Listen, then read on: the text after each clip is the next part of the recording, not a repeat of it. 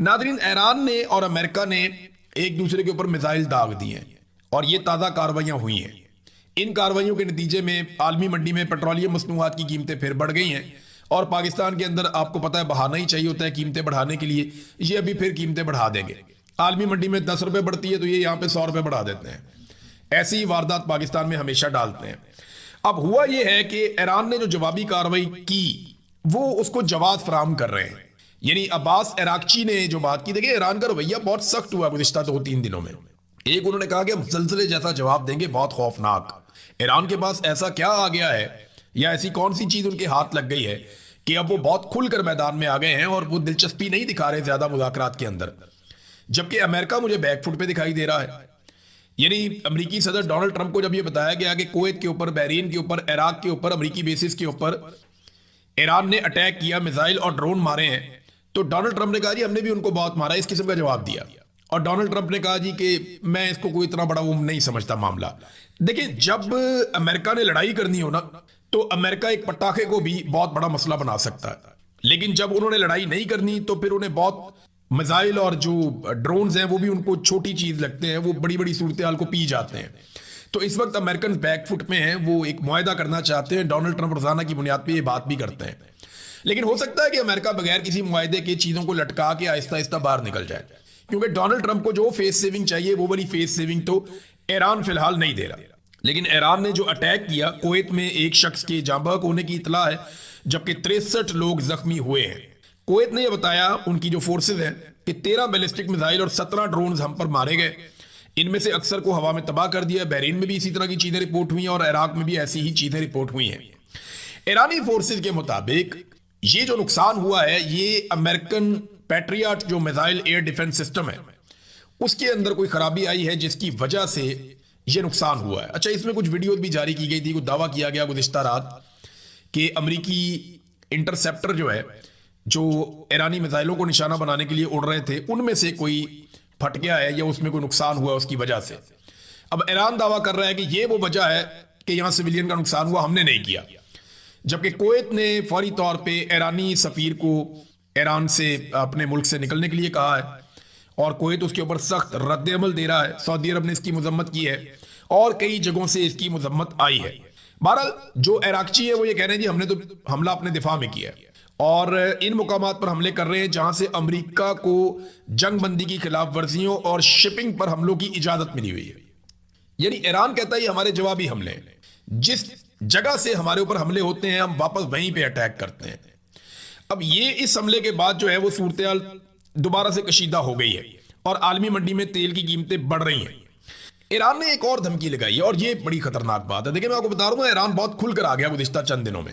अभी ईरान ने कहा कि अगर बैरूत के ऊपर इसराइल हमला करता है या बैरूत को इसराइल ने निशाना बनाया तो हम बराह रास्त इसराइल के ऊपर अटैक कर देंगे, ये ईरान ने कहा। इससे पहले ईरान ये कहता रहा है कि अगर हमारे ऊपर हमला किया गया तो हम जवाब देंगे, अगर हमारी इंस्टॉलेशंस को नुकसान पहुंचाया गया या हमारी कीमती जगहों को तबाह किया गया, एनर्जी के जो हमारे प्लांट्स हैं उनको निशाना बनाया गया, तो हम जवाबी कार्रवाई करेंगे। लेकिन अब वो ये कह रहा है कि अगर बैरूत पे भी हमला होता है लबनान में तो ईरान अपने मिसाइलों और ड्रोन्स के साथ इसराइल पे हमला कर देगा। ये ईरान का एक ताज़ा स्टेटमेंट है जिसने खलबली मचा दी है। अब देखते हैं कि इसराइल अपने हमले रोकता है, क्योंकि अमेरिका ने इसराइल और लबनान के बीच में एक जंगबंदी करवाई है और इसमें डोनाल्ड ट्रंप ने दावा किया है कि हिजबुल्ला भी इस बात पे मान गए हैं कि वो अब इसराइल के ऊपर फायरिंग, शेलिंग या बमबारी नहीं करेंगे और इसराइल भी उनके ऊपर किसी किस्म का हमला नहीं करेगा।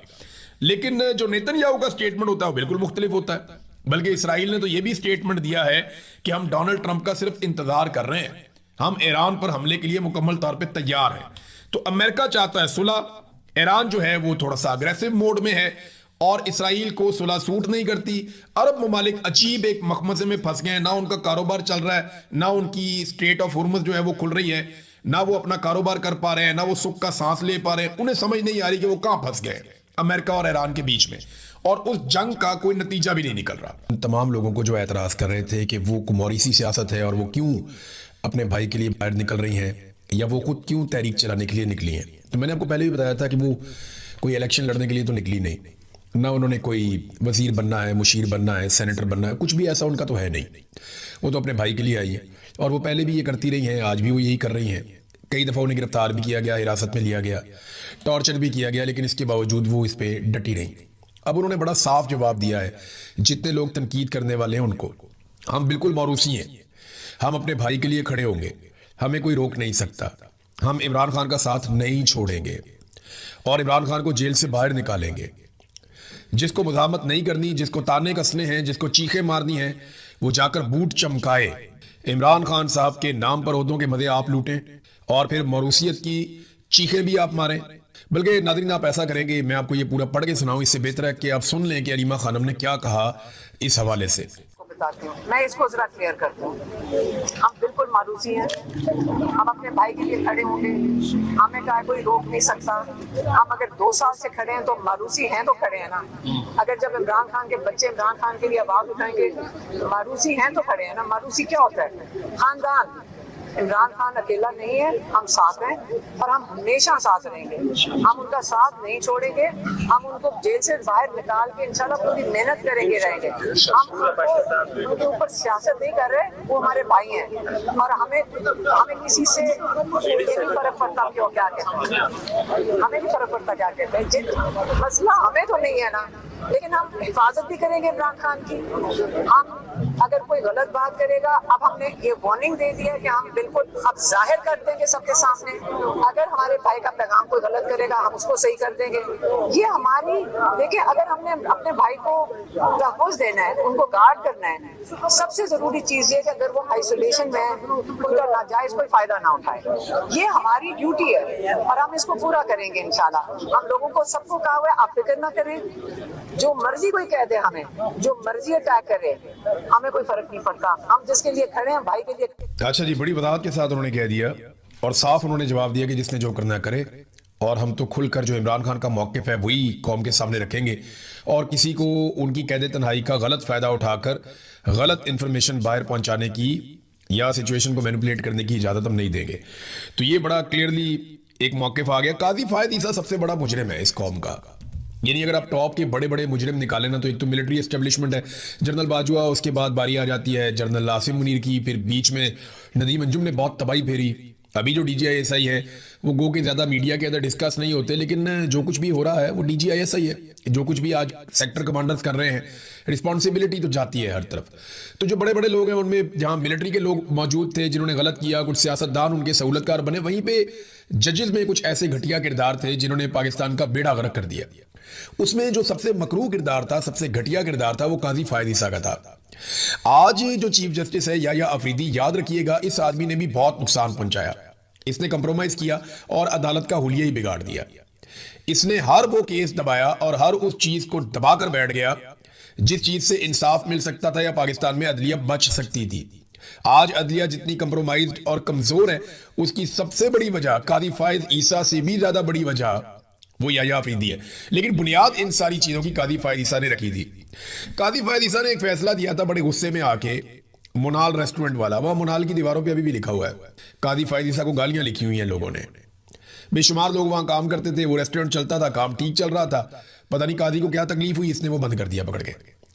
और अभी सुप्रीम कोर्ट ऑफ पाकिस्तान ने बाकायदा, जो आईनी अदालत है, आईनी अदालत का जो ऐसे केसेस, जो क्रिमिनल केसेस हैं या दीगर जो मामला है, उनसे क्या ताल्लुक है? आईनी अदालत में आईनी मामला जाने चाहिए थे कि जनाब आइन की ये तरमीम हो रही है, इसके बारे में बता दें, आइन के अंदर ये शिक तब्दील हो रही है, इसके बारे में बता दें, ये एक कानूनी और आईनी नुक्ता है, इसके अंदर जरा वजाहत फरमा दें। वो चीज़ें आईनी अदालत में जानी चाहिए थी, वो तो जाती नहीं। अब जो बाकायदा फौजदारी मुकदमात हैं वो भी आईनी अदालतों में चले जाते हैं और इमरान खान को फंसाने के लिए ये सब किया गया कि इमरान खान के मामलात और मुकदमात भी आईनी अदालतों में पहुंचाए जाए, क्योंकि आईनी अदालतों में वो नौरतन बैठे हुए हैं जो पाकिस्तान की मिलिट्री एस्टेब्लिशमेंट की मंशा के बगैर फैसला ही नहीं करते, वो उससे बाहर जाते ही नहीं है।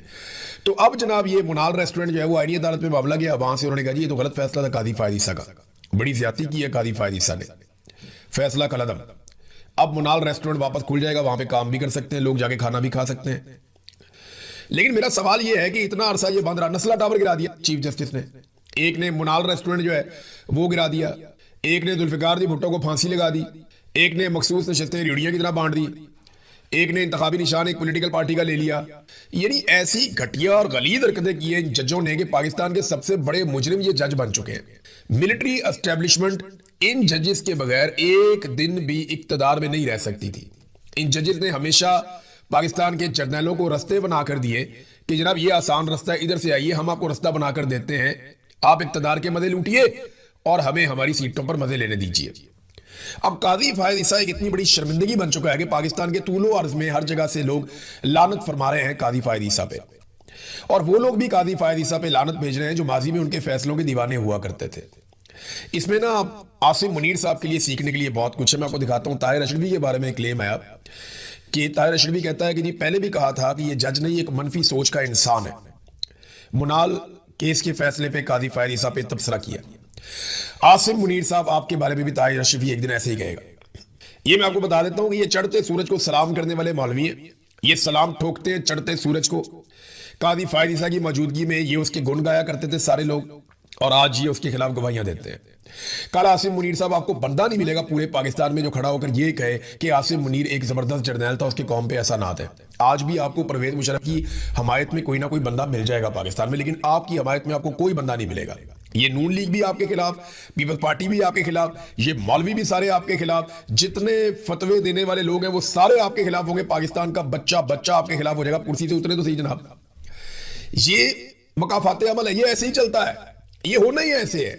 ये जो लोग आज जूते पॉलिश कर रहे हैं या जूता मुंह में दबाकर वो ये साबित कर रहे हैं कि हमसे बड़ा वफादार कोई नहीं है, आप देखिएगा कि फ्यूचर में मुंह लगाने वाला कोई नहीं होगा। जैसे डोनाल्ड ट्रंप के साथ भी यही होगा आने वाले दिनों में। लिहाजा इंसान को जब तक वो अपनी नौकरी पे रहे वो काम करने चाहिए जिन कामों से उसकी इज्जत रहे। अब काजी फायद ईसा के बच्चे, आने वाली नस्लें, या ये जो अभी जजेस दो नंबरियां कर रहे हैं, इन जजेस की औलादें, इनकी नस्लें आने वाले वक्त में कभी भी अपना तारुफ अपने बुजुर्गों के नाम के साथ नहीं करवा पाएंगी। इनका नाम हज़फ कर देंगे वो अपने तारुफ में से। वजह यह है कि ये निरी शर्मिंदगी है और कुछ भी नहीं है। जुल्फिकार दी भुट्टो को फांसी देने वाले जज की औलाद किधर है? कोई बंदा मिलता है आपको बड़े फखर से बताता हुआ जी मैं उसकी औलाद हूं? कोई नहीं मिलता आपको। वजह क्या है? वजह सादी है कि वो ऐसा गंद मार के गए कि उनकी अपनी नस्लें उनको ओन नहीं कर रही। इस्लामाबाद हाईकोर्ट के एक जज ने अपने बेटे को बचाया। उसने 2 औरतें गाड़ी के नीचे देकर कुचल दी, मार दी सड़क के ऊपर। गैर कानूनी गाड़ी थी, लाइसेंस भी नहीं था, उसने मार दिया। वो बच्चा घर चला गया। याद रखिएगा, ये बच्चा और इसकी औलाद आने वाले वक्त में अपने बाप के कारनामों की वजह से अपने बाप का तारुफ नहीं करवा सकेंगे कि मैं फलाने जज का बच्चा हूं। ये आप याद रखिएगा।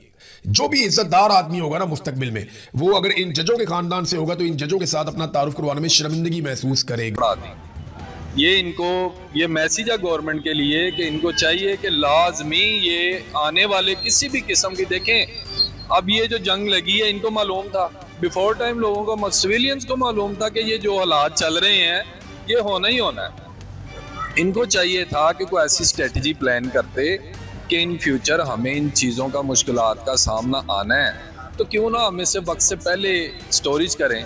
स्टोरेज इन्होंने की नहीं, रात 2-3 दिन पहले इन्होंने खबर चलाई है और कल रात यकीन करें लोगों के साथ इधर लड़ाई झगड़े, पेट्रोल पंप पे बड़ा बुरा हाल।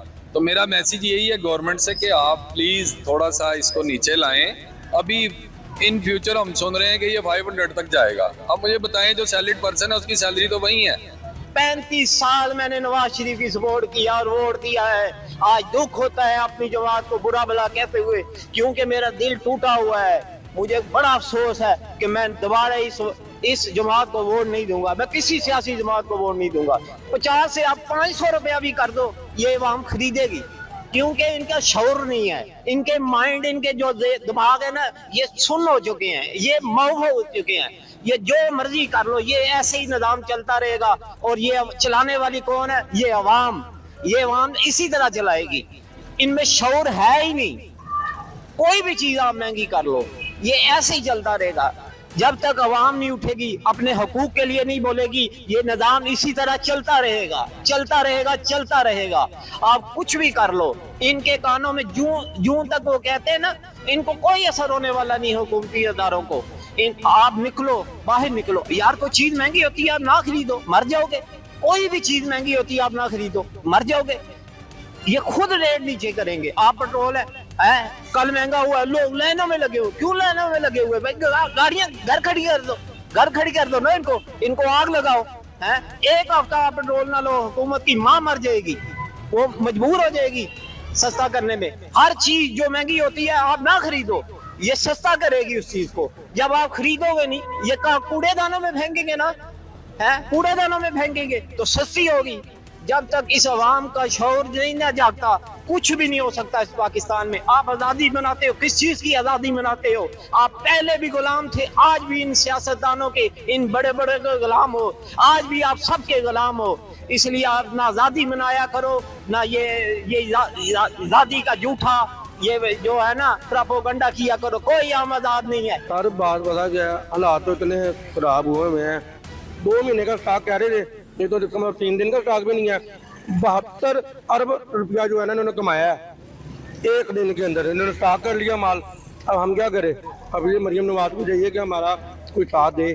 यार ये अच्छा नहीं हुआ, ये रोज रोज तो बढ़ जाता है, पेट्रोल इतने बर्दाश्त नहीं होता है। बेशक ये ऐसी ही है, सारे लोग जो है ना इससे मुतासर हैं। वी हैव एक्सपेक्टेड कि $150 फी बैरल प्राइसेस इंक्रीज होंगी। ऑल्दो कि जो ऊपर ब्यूरोक्रेसी बैठी हुई है या वो लोग जो इसके जिम्मेदार हैं वो कुछ अपने में एक्सप्रेशन भी कर लेते हैं, लेकिन ये है कि it is up to them कि वो how do they manage it. ये होता है कि ये डिमांड है, कलर पे होता है। हम लोगों में क्या, कल मैंने देखा वहाँ तक लाइनें लगी हुई थी। उस लोगों को एकदम से ना प्रेशराइज होते हैं कि पता नहीं कल को क्या होना है। डिमांड एकदम जब बढ़ती है, रसद कम होती है तो प्राइसेस इंक्रीज होते हैं। जुल्म है गरीब आदमी के लिए, हर चीज महंगी होगी पेट्रोल की वजह से, तो बड़ा मुश्किल हो गया गुजारा करना। इमरान खान के टाइम में भी ऐसे ही था, पर इतना जुल्म नहीं था जितना अब हो रहा है। अब बहुत ज्यादा जुल्म है। ये गरीब बंदे के साथ जो से ना ज्यादती है। देखो आगे जो से हालात कैसे के चल रहे हैं, कभी जंग है, कभी कोई मसला है, कभी कोई मसला है। ये पाकिस्तान में रहना ही ऐसी है।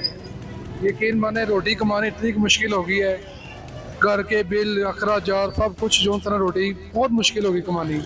तो ऊपर से अभी पेट्रोल इनके पास है, ठीक है, ये सारा ड्रामा है। ये कुछ नहीं है, पाकिस्तान में ऐसे ही रहना है। पता नहीं क्या अंदर वाले खाते में क्या चल रहा है, हमें नहीं पता, लेकिन सारी जो सी ना करप्शन है।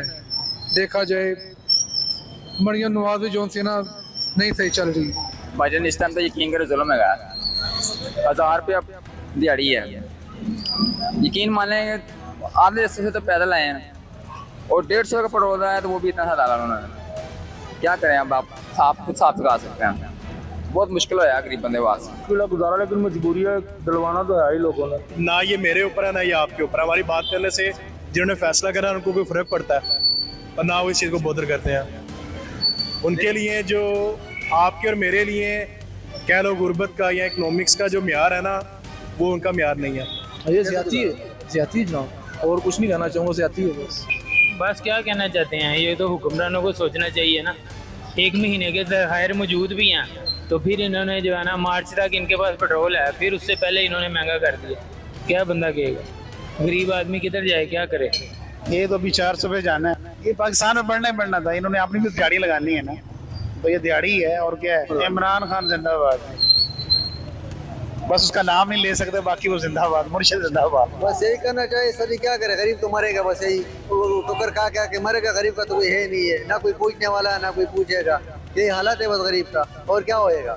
अच्छा 500 रुपये दिहाड़ी है, 400 को पेट्रोल पाएगा आने जाने का, तो 400 रुपये हटा लेके जाएगा, घी लेके जाएगा, क्या क्या चीजें लेके, बच्चों का कपड़े लेगा, क्या क्या लेगा। अब इनको पूछना चाहिए ना, ये तो निकले हुए थे कि इमरान खान चोर है। अब इनको चाहिए ना, अभी ये आम निकला है कि वो तो चोर है, आप लोग सच्चे है, आप लोग सादिक के अमीन है। तो अभी आप क्यों ये इससे महंगा कर रहे हैं, और लोग क्यों परेशान है, लोगों को क्यों दलदल में डाल रहे हैं? हम कहना चाहेंगे ये जिंदा ही मार रहे हैं, एकदम जहर दे दे ताकि ये मामले खत्म हो जाए, फिर 55 छोड़कर 555 बढ़ा लें, कोई फर्क नहीं पड़ता। इनको कोई फर्क नहीं पड़ता, इनके बच्चे बाहर पढ़ते हैं, ये बीमार हो तो बाहर चले जाते हैं, हम यहाँ रुलते हैं, दूसरों के डंगर डॉक्टरों के हवाले हम होते हैं। या तो ये बच्चे को बताएं, इनका कोई आम प्राइमरी स्कूल में पढ़ रहा है, उनकी फीसें नहीं है, या ये कोई आलू सब्जी खरीद के घर के सब्जी दे के आते हैं अपने घर, हमारी तरह ये जिंदगी गुजारे। हम समझे कि इनको मजदूरों से प्यार है। ये तो कोई मजदूरी नहीं है कि आप मतलब कहीं जाना हो तो घंटा पहले एसी गाड़ी का ऑन कर दें, जी हमदर्दी के फलां जगह जा रहे हैं, फलां जगह जा रहे हैं, और हमारे पैसों से तो तुम चल रहे हो, तुम हमारे से भी गिरे हुए लोग हो। अगर हम ये टैक्स वगैरह ये ना दे तो तुम भूखे मर जाओ, तुम्हें कोई पूछने वाला ना हो। तो सिर्फ खुदा की जात है, उससे डरो। एक दिन वहां जाना है, हिसाब देना है। जालिम बन गए हो तुम, दूसरों को मतलब निशाना बनाते हो। ये